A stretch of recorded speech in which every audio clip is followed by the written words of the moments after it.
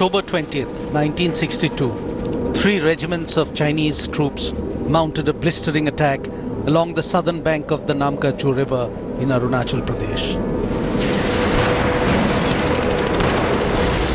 And India and China remained in a state of war for 29 days. Then suddenly, on 18th of November, the Chinese, after taking Bomdila, declared a unilateral ceasefire along the entire border and announced withdrawal to 20 kilometers behind the line of actual control. The war had ended 55 years ago, but the friction still remains.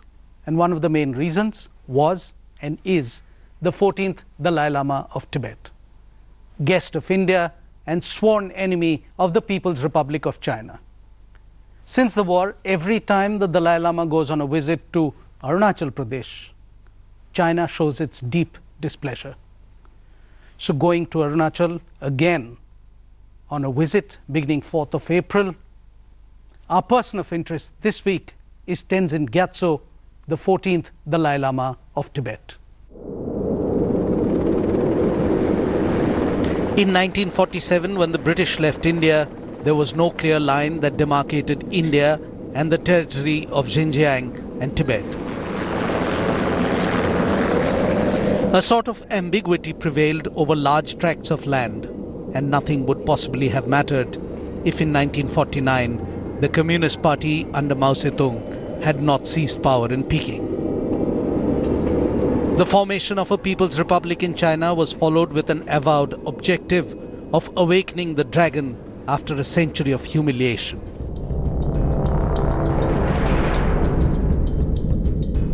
In October 1950, 80,000 soldiers of the People's Liberation Army marched into Tibet and declared it to be a part of China.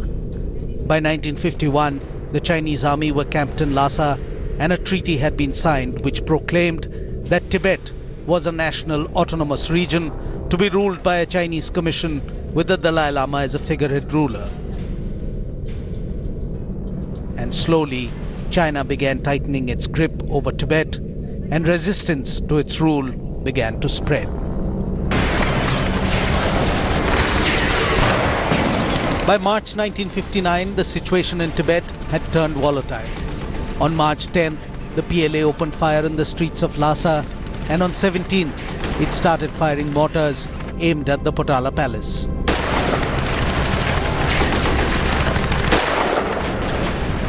After hours of indecision, on the suggestions of his advisors, the Dalai Lama fled Lhasa, disguised as an ordinary Tibetan soldier.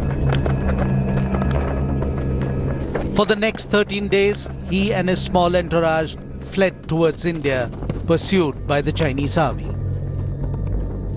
On 31st of March 1959, dressed in peasant's clothing, he crossed the Bumla from Tibet into Arunachal Pradesh and made his way to Tawang. The decision leaving Lhasa at night 17 March 1959 also is I carry mysterious ways of investigation. Then all indicated now right time to leave.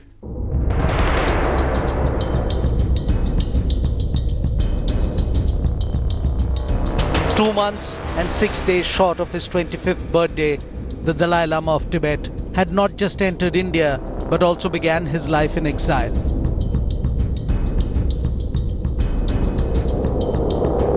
Following him came thousands of his supporters, crossing the McMahon line that demarcated land between India and Tibet.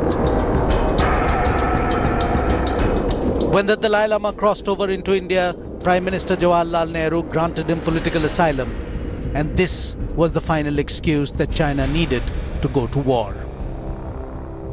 Our relation with India, not just due to current situation, but last 1,000 years. And millions of Indian public mind, they usually say, the pronunciation they say Tibet. Historically, very close mind, very closely in their mind. And after all, I usually say telling my Indian friend, Buddha We are Buddhist, so follower of Buddha. So Buddha come from India. The Lord Shivaji, his permanent residence is inside Tibet. So from that viewpoint, Lord Shivaji is Tibetan Lord. Okay. So we have very special connection, very special connection. Then I always mention, you see, my brain, every part of my brain fulfilled by knowledge and thought. It's true. And then this body is survived by Indian dolls' rice. So we have special relations. From the time the Dalai Lama set foot in India to his upcoming visit to Arunachal Pradesh, it has been a long journey for the Dalai Lama. In these intervening 58 years, there has been drastic change in everything that he represents and symbolizes.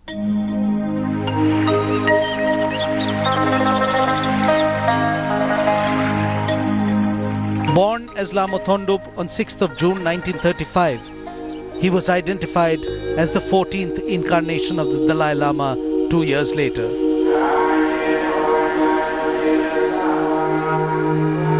The child was moved to the holy city of Lhasa, the capital of Tibet. Traditional Tibetan society at that time was ruled by a Buddhist theocracy that was headed by the Dalai Lama, the senior-most monk in all of Tibet. In him was vested the religious as well as the political power of the country.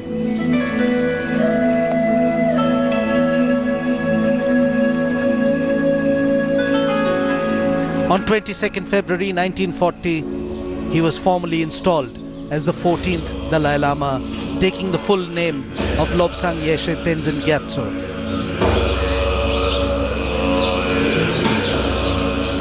A life of austerity and strict scholarly pursuit began for the 5-year-old and his elder brother.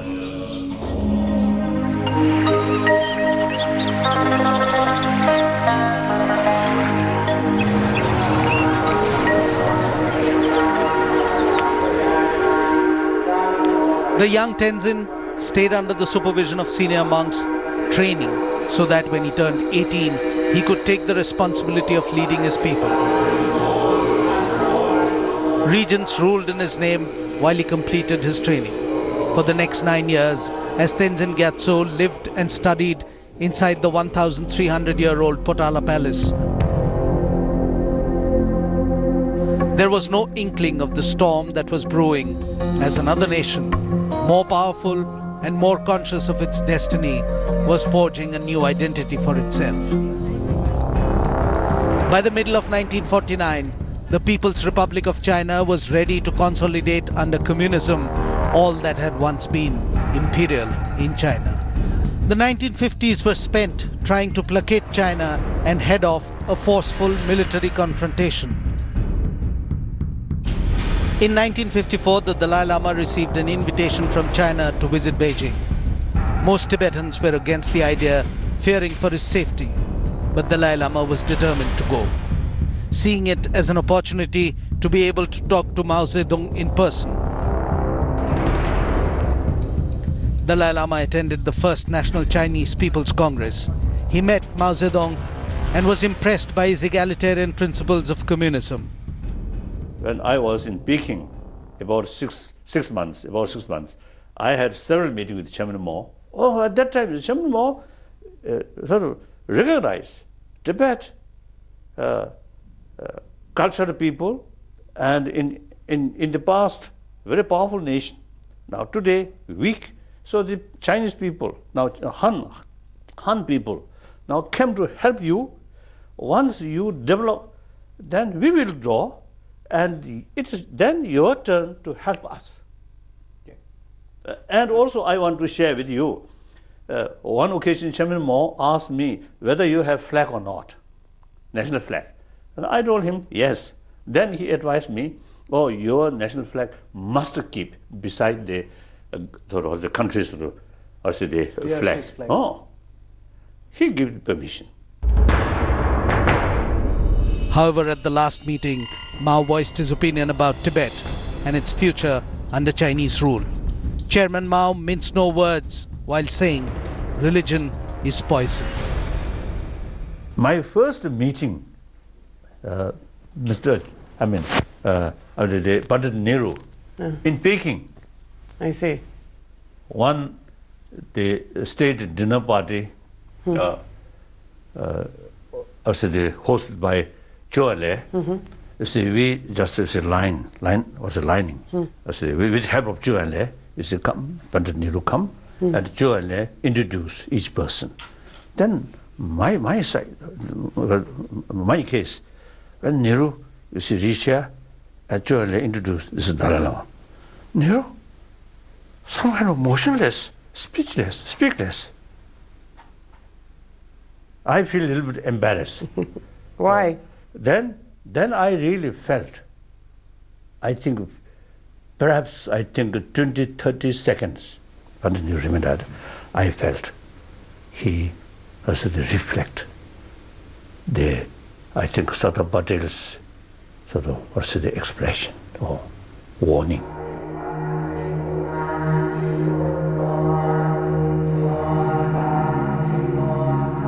The Dalai Lama returned home amidst tense atmosphere and reports of Chinese authorities in eastern Tibet confiscating land belonging to monasteries. By 1956, armed revolts broke out across Tibetan areas. With rising tensions in Tibet, the Dalai Lama traveled to India to attend a Buddhist conference, also considering seeking asylum. You had come to India in 1956 for the first time to attend the 2500th anniversary of the Buddha. And it is said, we've read in history books and stuff, that you did not want to go back at that time, but Jawaharlal Nehru and Chau En-lai were there, and Pandit Nehru convinced you to go back. Yes. What did he say? Why did you go back? What made you... several occasions or discussion. Then one discussion, actually at that time, Government of India is arranged Mysore, the place to stay, Hyderabad House. One day, the Prime Minister came to see me and carrying one copy of 17-point agreement. Okay. Then he personally, you see, showing me on this sort of clause, on this clause, you see, you should carry struggle within Tibet. Then of course, besides his advice, some other sort of my investigation also involved. Then finally, I decided to go back. Now, that really shows that decision is become very correct. That was a correct decision. If at that time I stay here, I think our position will be much weaker. In 1959, as violence increased in Tibet's eastern provinces and spread closer to the capital, fears emerged that the Chinese were planning to abduct or kill the Dalai Lama. It was then that he was advised to flee the country.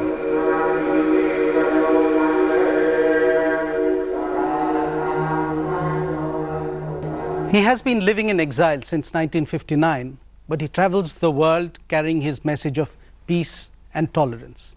And he is also arguably the most visible symbol of Tibet's bid for autonomy from the People's Republic of China. 8 years after the original crossing, Tibetans still cross over into India. And they come because they want to be in close proximity to the person who they revere as the head of their faith as well as their nation. There are refugee settlements all across India in different parts. But it's along the Himalayas that the Tibetan refugee settlements have grown, because it is here that they find something closer to what they had left behind.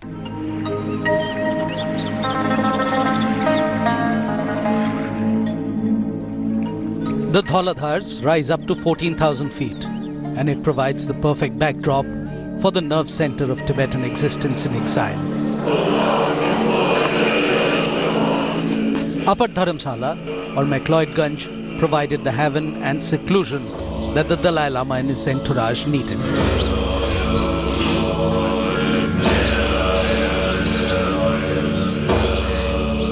Situated at a height of 1700 meters, today the small town of Upper Dharamsala has a distinct Tibetan flavor to it.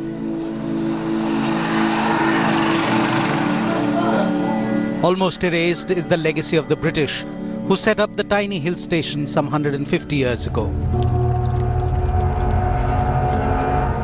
In 1963, the Dalai Lama presented a draft democratic constitution to formalize the exiled Tibetan parliament, which enshrined freedom of speech and beliefs. Since the beginning of 70, our sort of emergency sort of work for refugees and also education, schools, a little bit now settled. Then we began to serious discussion. Then finally, 74, we decided, now sooner or later, we have to talk with Chinese government.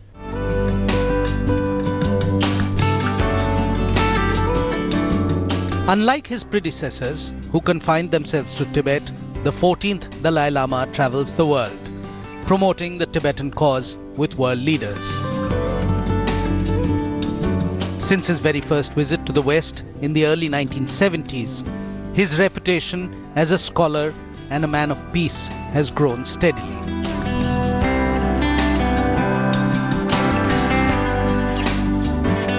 A number of Western universities and institutions have conferred peace awards and honorary doctorate degrees upon the Dalai Lama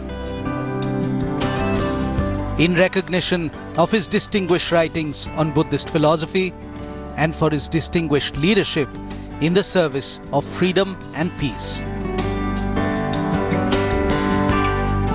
In 1989, the Dalai Lama was awarded the Nobel Peace Prize for consistently advocating non-violence in the face of extreme aggression.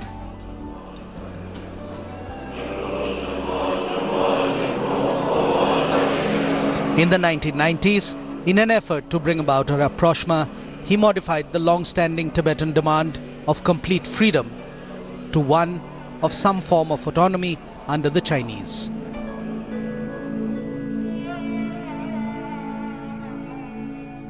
So the question of independence is out of question, not realistic. So we must adopt realistic approach. So the best thing is try to seek meaningful autonomy. And not only autonomous region of Tibet, but since we are not seeking independence, so therefore within the country, the certain sort of right to autonomous region. This should have all the Tibetan sort of the area. The Chinese constitution itself is recognized within I think 4 provinces from Qinghai up to Yunnan. The constitution recognized Tibetan autonomous prefecture, autonomous county, autonomous district, like that. The constitution itself is recognized as a Tibetan area. He's almost 82 years old now, and out of those 82 years, 6 decades has been spent in exile, and in all probability he will never go back to the land of his birth. And there's also a possibility that there might not be a 15th Dalai Lama who would be acceptable to all. So this Dalai Lama, Tenzin Gyatso, he has put in place machinery that will carry on the work that he has begun. The Central Tibetan Administration, CTA, has various ministries and elected representatives. There is also a parliament that has 44 deputies directly elected by the Tibetan refugees from around the world. Since 2011, when the Dalai Lama proposed changes to the Exile Charter to remove his position of authority within the organization and devolve his political power to the elected leader, the CTA is headed by Lobsang Sangye.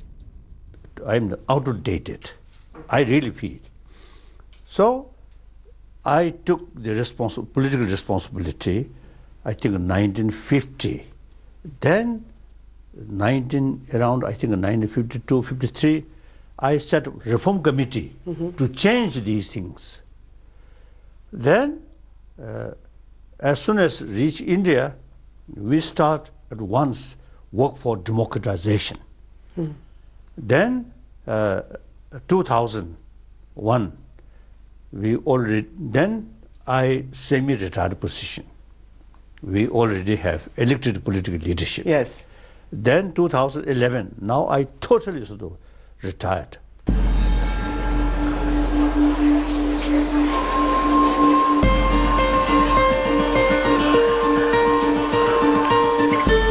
The Dalai Lama enjoys iconic status, and his charisma has been such that in the world capitals and to common people all over, he has become larger than the Tibetan cause.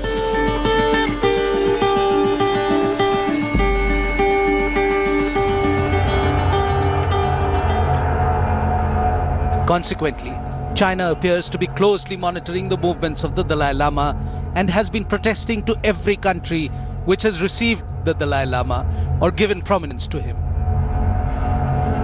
Not just that, the dragon's rage continues to fester against the Dalai Lama, and it keeps pressure on governments against hosting him. From time to time, China has also bullied civil societies and threatened NGOs with revocation of aid if they host him. Nonetheless, the Dalai Lama continues to be treated like a star the world over.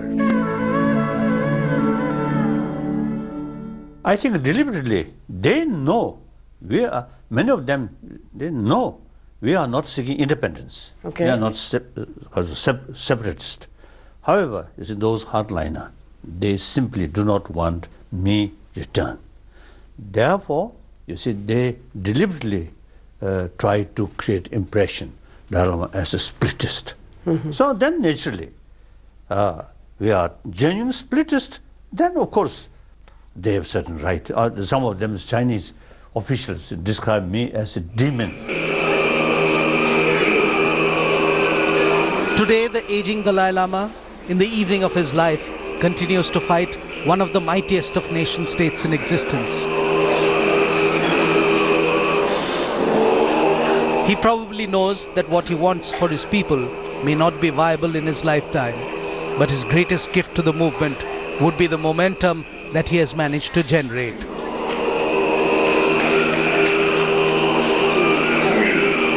In recognition of his efforts, the world bestowed many an honor on the Dalai Lama, but beyond the Himalayas, in the land of his birth, carrying his photograph remains illegal. These Tibetan refugees, they are always dreaming third generation, fourth generation, but they're still dreaming of going back to the homeland, going back to the land of their forefathers.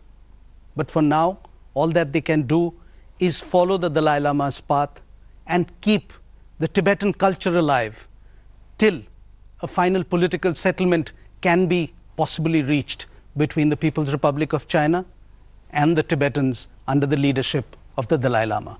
My dream, you see, indicated my sort of destination of my life 113. But now I doubt. Now, you see, I feel more and more sort of feeling of tiredness. So now 80 years, and there also, as I mentioned, there is some kind of sort of a birthday sort of celebration, 80 years old. Now I'm looking forward to 90 years old, then perhaps 100-year-old, but then I doubt. I have not much concern about this institution or future Dalai Lama. As early as 69, my formal sort of statement, I mentioned the very institution of Dalai Lama should continue or not up to Tibetan people.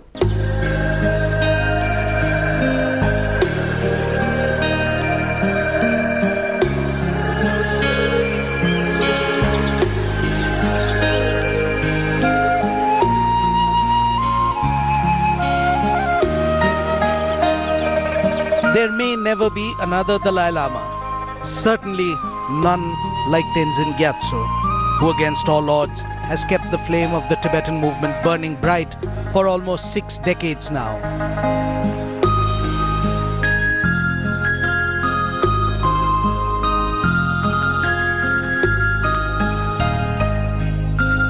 His immutable role as a focal point for the movement of a free Tibet has not seen him slow down even with age. And all through the 6 decades that he has been in exile, the Dalai Lama has remained determined to have a dialogue with Chinese authorities. Hopeful, and above all, he has remained peaceful.